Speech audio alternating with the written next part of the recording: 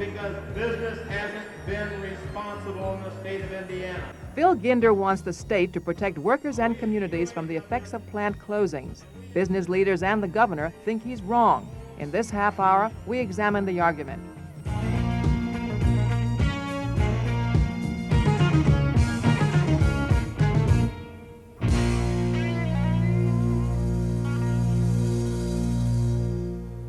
Hello, I'm Marie Torrey. Millions of Americans have lost their jobs because of business and plant shutdowns. Some have retired early. Some have moved their families to find jobs elsewhere. And some have remained unemployed. Phil Ginder is a typical victim of a plant closing. Too young to retire, too old to start over, but he's not giving up. 2 months after he was laid off, he was fighting for a state law to protect workers and communities faced with plant closings. Indiana Governor Robert Orr faces economic problems common to these times. Basic industries in his state, like auto and steel, are cutting back. Tax revenues are not keeping pace with government costs. He doesn't want any restrictions which would discourage business from locating in his state. In a moment, our cameras will follow Phil Ginder's campaign for plant closing regulations in the legislature and the governor's office. Then, we will look at the history of layoffs in his city and analyze how developments in the U.S. economy have led to plant closings. Our story will begin after this.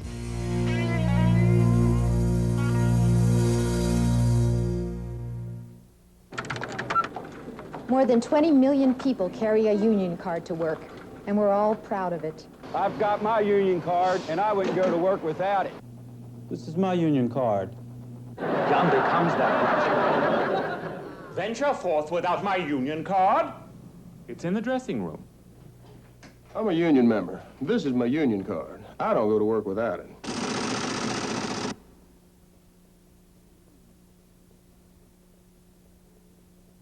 How many people have been affected by plant closings? One person's analysis says as many as 38 million were dislocated in the 1970s. That analyst is Dr. Barry Bluestone, director of the Social Welfare Research Institute at Boston College. He has written extensively on this subject, most recently as co-author of the Deindustrialization of America. Also joining us is Richard Rahn, Vice President and Chief Economist for the United States Chamber of Commerce. Before we go to the subject of plant closings, let's look at what one worker, Phil Ginder, has been doing about it. Heavy-duty trucks wearing the International Harvester name once rolled out of this plant at the rate of 400 a day. It was home to more than 10,000 workers. Phil Ginder was one of those truck builders for 18 years. He told America Works correspondent Gary Gilson what it was like forging truck axles. He was proud of what he made. And that axle was formed in that hammer. Put the gooseneck in it where it comes up and hooks on back of the wheel. I don't believe that the manufacturing sector of the society, especially in this area where my roots are, is going to offer any jobs to me like this in the future. I'm going to survive, but I've got an 11-year-old daughter at home. What's she got to look forward to? So I'd let you know Tammy's got aerobics class tonight, so go away. Have a good day, babe. Bye-bye. He is still concerned about his daughter and wife, but the days when Phil's personal time was devoted to family and a passion for motorcycle racing are gone. Things began to change in 1978. He decided to run for office in his union local. He won that race and got his first taste of leadership. A large corporation would have to give more notice than a small company. When Harvester began laying off employees, Phil went to work on a new campaign, this time as chairman of the Indiana Citizens Action Coalition. Who's going to come into Indiana if they've got to give 2 years' notice before they leave? And we've got a very good answer for that. We're wanting responsible corporations.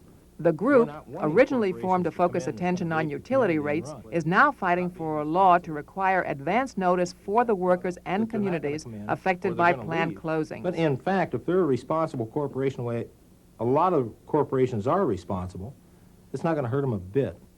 The coalition, active statewide, is organizing volunteers for door-to-door canvassing, letter writing, and rallies. I was talking to one guy down in front yesterday, down in front of the hall here. Didn't know what he was going to do next. His wife just up and left him.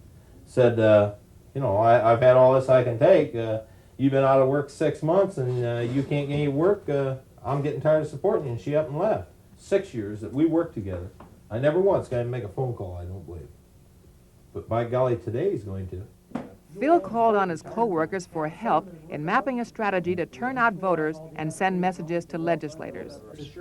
Don, you're working in the plant every day. The ones of us that are laid off, they won't allow in the plant. Can you get to the people, get them to write letters? Because, quite honestly, Don, that's what we're asking you to do. Yeah, before, all they think was about retiring, but now it could swing the other way and they wouldn't have anything out there when they get there. Now, about the unemployment lines and so on, you think we can get something done there? I can get hundreds out of the unemployment office just by asking. With John's help also, you know. Between a consumer center and skilled trade section and a harvester. Maybe they can spread the word too, and it can sort of filter down. Networking, that's a beautiful point. That's what we've got to do. We've got to pick out key people.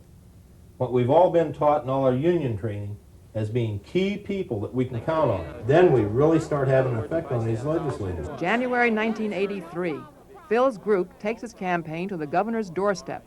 More than 1,000 people gather at the State House to demand help in finding new jobs and protecting existing jobs. The Republicans tell us, but wait, we've conquered inflation.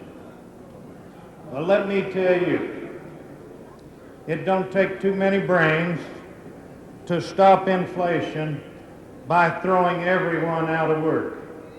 Too often politicians come into our community, they come into our churches, they come into our unions, they come to our clubs, and then they ask for our vote. They can find us when they want to vote, but we can't find them when we want a job. Why do we need a plant closing or a jobs bill? Because business hasn't been responsible in the state of Indiana.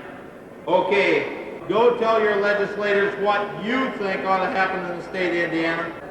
They're up there at their desk, they're up there waiting to talk to you. Severance pay based on seniority, but everyone gets at least 5 weeks and up to 30 weeks depending on how long they work there. The director of the Citizens Coalition, Janelle Cousineau, decides to turn the group's efforts to a key target, the House Labor Committee. That means diffusing opposition and boosting the cloud of supporters. They start with a potential ally, Richard Warden. We would like to have job retraining be seriously discussed as part of a plant closing bill. 6 months' notice we think is pretty reasonable. Many companies are moving out of the states. If they're moving, they've got money to move, then they've got money to pay severance, especially when we get to the situation of over 40 years old. It's very harder for people over 40. If a 43-year-old man, or a 38-year-old man for that matter, is put out of a job and can't, because of economic conditions, find another job, and a lot of people just can't get up and move. They haven't got the money to move, for one thing. Right, yeah. And their children or their families should not suffer health benefits, lack of health benefits because of that. My basic concern would still be, to a certain extent, perception, how it's perceived by companies that might be thinking of locating in Indiana. When they're going to build a plant here, they're looking at a 20, 30-year probably investment. Hopefully. And I don't know that a 6-month advance notice would deter them. We don't feel from the states that do have this type of legislation, and also from the other countries around us that have it, that it has deterred business in any way, shape, or form. If they find out on Tuesday they're going to be unemployed on Friday, the odds of them having a job the following Monday are small. And so the state will be paying out more and more in terms of unemployment. Whereas if they have 6 months advance notice, maybe they can line up another job, and there won't be that unemployment comp that's necessary. In effect, what you're doing is you're saying to a business that is losing money, is not operating properly, that what you're going to have to do is lose money for another 6 months. This is limited to a company that hires 100 employees or more. And any company that has that many employees is going to know 6 months in advance whether or not they're going to close. And all we're asking is that they let the rest of us in on that. This is a defensive action, definitely. But it is one that provides us planning time and reaction time and gives the community a chance to react. Phil's last stop at the State House is his toughest, Governor Robert Orr. Although he had worked to keep Harvester operating in Fort Wayne, the Republican governor believes plant laws will discourage new business from moving to Indiana. There would have been a plant closing law in the state of Indiana. The only thing that... the Harvester would have closed Fort Wayne and gone to Ohio 2 or 3 years ago. No, that's not the case. Sure it is. No, it isn't. Because 2 or 3 years ago, as a matter of fact, if you just check the records, 1979 is the biggest year International Harvester ever had. Well, okay. We were operating 100% capacity. 2 years ago, then. And it's a whole question of capacity. But getting back to plant closing on a statewide basis, I don't believe that it would deter business, and in fact, we found that in other areas it has actually attracted business. Why don't you conduct a survey among business leadership in this country on this issue? I think you'll find that all I'm doing is reflecting what I know to be an attitude prevailing among top business management. A piece of legislation which is at least questionable is probably not up at the top list of priorities among the industry which is going to provide the employment. Why don't you conduct a survey of that kind? Because it seems to me that's a whole lot more important than it is to encourage me to do something which, in my opinion, from my knowledge and contact with the business community, is only going to be a deterrent. What are we going to do between tomorrow, when many, many of my friends and co-workers of the past are completely out of any type of benefits that they could get, and the 2 years down the road, or 3 years, or whatever it is to get these companies? What are we going to do in the meantime? Phil Ginder has no guarantee his legislation will ever reach the governor's desk, but plant closing laws and the need for worker protection have become a new priority in Indiana. America Works will continue with more on plant closings after this.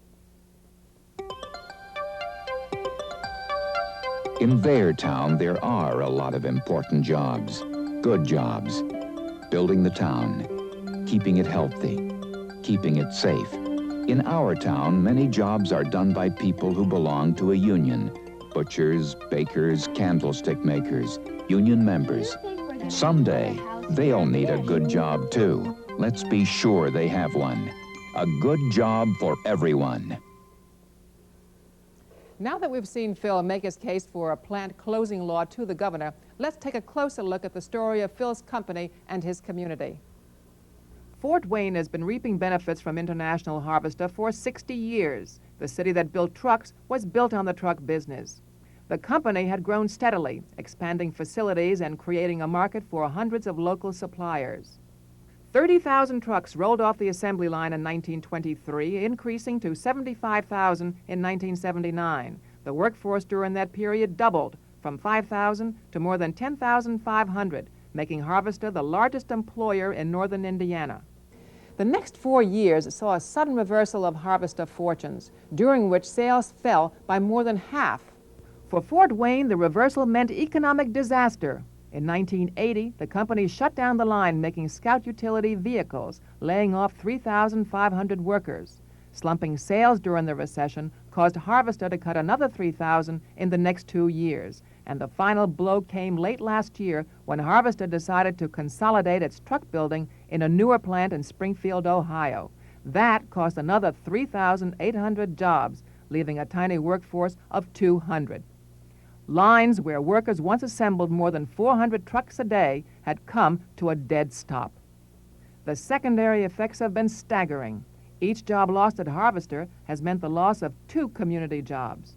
25,000 men and women are now out of work, and the unemployment rate has gone from 4% to more than 15% in 4 years.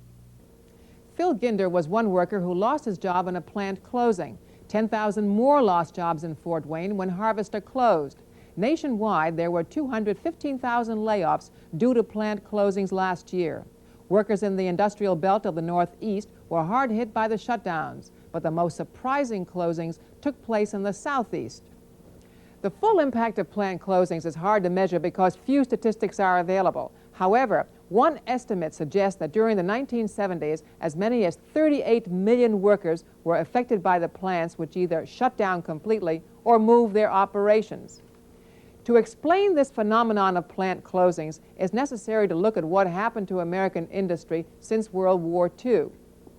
At that time, when American business dominated the world marketplace, corporations started investing in plants overseas. The goods initially produced abroad for foreign consumption eventually began entering this country as imports. By 1970, more than 1/2 of all the imports were actually transactions between the domestic and foreign subsidiaries of American-owned conglomerates. By 1978, 1/3 of the profits of America's 100 largest corporations were earned by overseas operations.